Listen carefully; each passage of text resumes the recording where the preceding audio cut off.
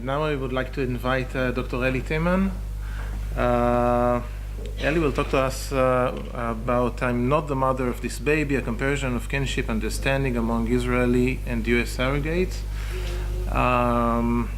Elly is a senior lecturer in cultural anthropology in the Department of Behavioral Sciences and the European Academic Center.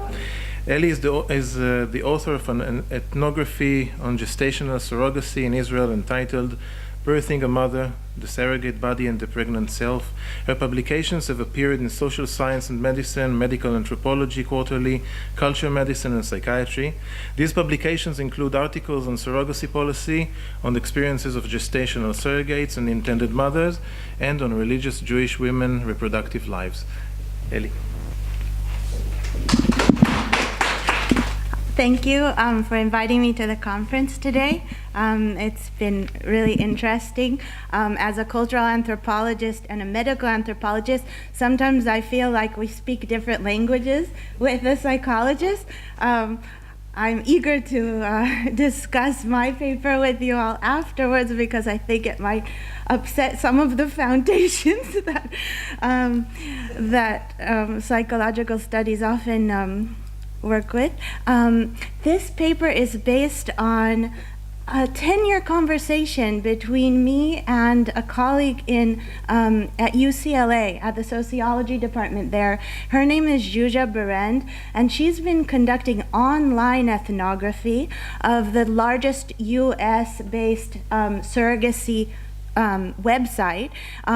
She's been following threads of these forums on surrogate mothers online, and she's been doing textual analysis of what kind of things these surrogates in the US are talking about. And on the other hand, there's me, and I have been conducting research on surrogacy in Israel pretty much since Israel passed the surrogacy law in 1996. My initial ethnography was carried out from 1998 till 2006.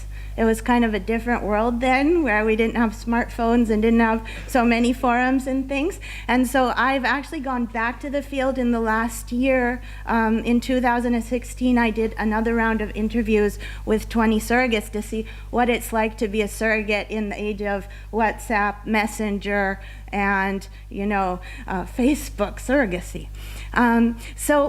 Just a few words about Israel. Israel actually has gone to huge lengths to make surrogacy a legal practice that is supervised by the state. So any couple who wants to contract a surrogate has to supply all of their contract and many different types of screenings to a state-appointed committee of 8 members who actually give the stamp of approval that, yes, the Israeli state is giving you the chance to do surrogacy, and this will be your legal child, and the state supervises also the relinquishment of the baby.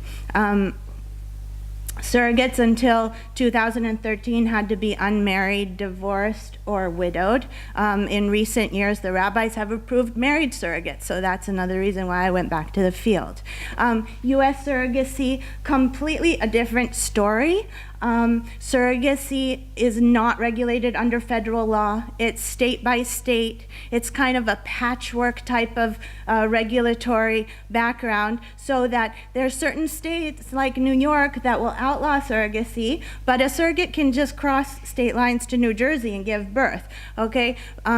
So people who do surrogacy in the US often do cross state lines in order to find an agency or find a surrogate that will approve them, but there's no in-depth screening that's mandated like in Israel. I'd be happy to talk about those differences later, but what I really want to talk about here is this conversation between me and Juja Berend about how surrogates, when we listen to these surrogates, how are they articulating their experiences? How are they thinking about kinship? What are they thinking about these people who they are helping to create a family? And what are they thinking about their own children and the babies they carry as surrogates? What are they thinking about motherhood? What is motherhood to a surrogate? So The surrogates in both Israel and the US, they're formulating their ideas about kinship and motherhood in wake of these kind of three myths or cultural assumptions that in both countries are surrounding the idea of surrogacy. One, or myth one, is that maternal-fetal bonding is a natural and innate and universal thing that happens when a woman is pregnant, and that surrogates will thus necessarily bond with their baby or there's something wrong with them. The second is that the surrogate is the mother, and that it would be morally wrong not to acknowledge her maternity. And a lot of policy deliberations that we see in different countries still make this assumption that it is wrong if we don't allow the surrogate to be called the mother of this baby. And the third is that surrogacy necessarily commodifies and dehumanizes reproduction. And all we have to do is look to India and Thailand and all over the world as surrogacy crosses borders in the third world and see really terrible practices going on that make us believe that surrogacy is necessarily commodified and dehumanizing to have this myth kind of be blown up more and more. But we're talking here about Israeli and US surrogates who are living in their own homes, usually with their own children, their husband, mostly middle-class women, and they are countering these myths through the interviews and through the discourse online that Zsuzsa is following. So the first thing I want to say about how surrogates are countering these myths is that surrogates don't bond with the babies. Personally, out of hundreds of surrogates I've met, and out of hundreds of surrogates Zsuzsa has met, we can maybe number on half of a hand surrogates who say that they bonded with a baby. And usually they bonded with the baby only after they really got angry at the parents who they were supposed to give that baby to raise. Second of all, surrogates do not consider themselves the mother. Surrogates are very adamant about motherhood. They know that they are mothers of their own children and their motherhood is something that they are very proud of. But the surro babies, as they call them, or the children of surrogacy in Israel, as they call them, they say, these are not our children and we are not the mother of this baby. There is nothing between me and the crown of motherhood in this case. Third of all, surrogates view surrogacy as a journey of love.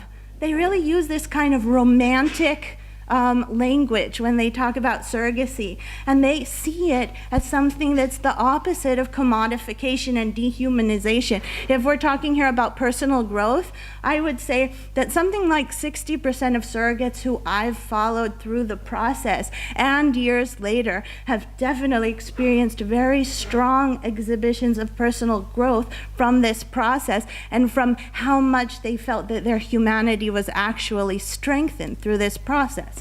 So I probably don't have much more time. Okay, 5 minutes. Okay, I'm kind of running through this paper. I was told to do a kind of a TED Talk, so I'd be happy to send the full paper to whoever would like it.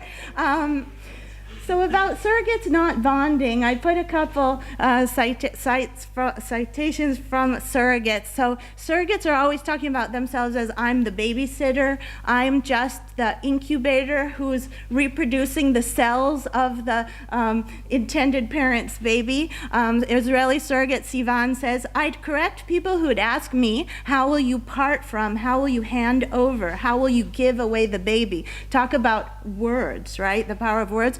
I'm just returning something that doesn't belong to me. It was not mine at any stage. I'm a hostess and there was no emotional connection.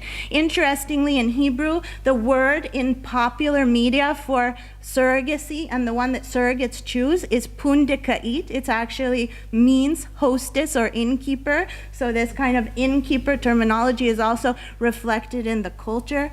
SMO surrogate or US surrogate, she says, this child in my womb is not mine. And pay attention to the textual big NOT because this is written in forums. I am nurturing him or her for the time being, but upon birth, he or she will go to their parents where they belong. This idea of belonging, I'm showing responsibility by carrying this precious cargo for these other parents. Second, surrogates that don't consider themselves the mom. I spoke before about the fact that surrogates really want to make sure that this idea of maternity is detached from them and attached securely to the woman who will raise the baby. In both cases, in Israel, as we just heard, men are not permitted through the law to have babies through surrogacy in Israel. So all of the families I followed were heterosexual families. Israeli surrogate Maya displays how Israeli surrogates think about maternity. Gestation does not create maternal ties. Gestation is almost nullified and neutralized as not important at all to Israeli surrogates. They are very focused on genetic links as creating parental and especially maternal ties. Maya says, genes are genes. It has no connection to me.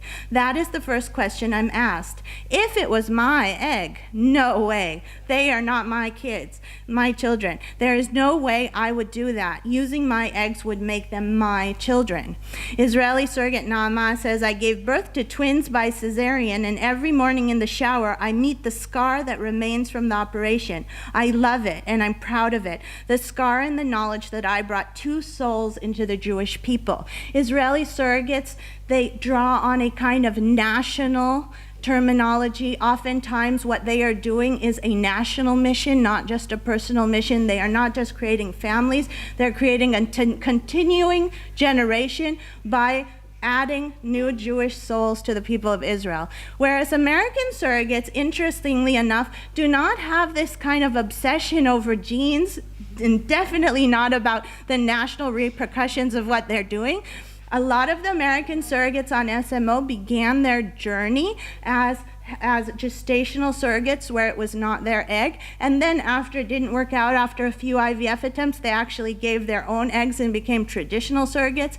They have no, as just like Israeli surrogates, have no connection in their mental maps between gestation and maternity, but for them what's important is intent. The intent of this couple, who are good people, who want to have a baby, that's what matters. And the acts of parenting are what matters, not genes or gestation. I'm hurrying up. Surrogates in both countries, as I said, view surrogacy as a journey of love. The same metaphors came up in their narratives, whether shared online or through the interviews that I did. Israeli surrogate Masha says, the minute our eyes met, there was chemistry. They always use this word of chemistry, click. It's a romantic love. The minute we began to speak, it felt like I was sitting with someone I had known for 5 years. I knew she was the one. Sometimes their relationships become so intense that surrogates and intended mothers talk about themselves as falling in love. They compare it to dating. The relationship becomes more and more intense as they go on. And I believe that as the Israeli and the US surrogates both share this terminology, what they are doing is speaking back to this discourse that's so proliferated in the media about surrogacy as a commodifying and dehumanizing thing, and they're saying we are making babies through love, and it's the love between us and the intended parents that surrounded this baby as it was brought into the world, and it doesn't matter that we received remuneration for what we did, because what we did is above and beyond what that money signifies. So I better stop. But I believe that there are definitely things that we can talk about how to speak to nurses and doctors in who are, helping people after the birth, because there are definitely ways to speak to these people that will empower them rather than make them feel maybe disheartened about what they did.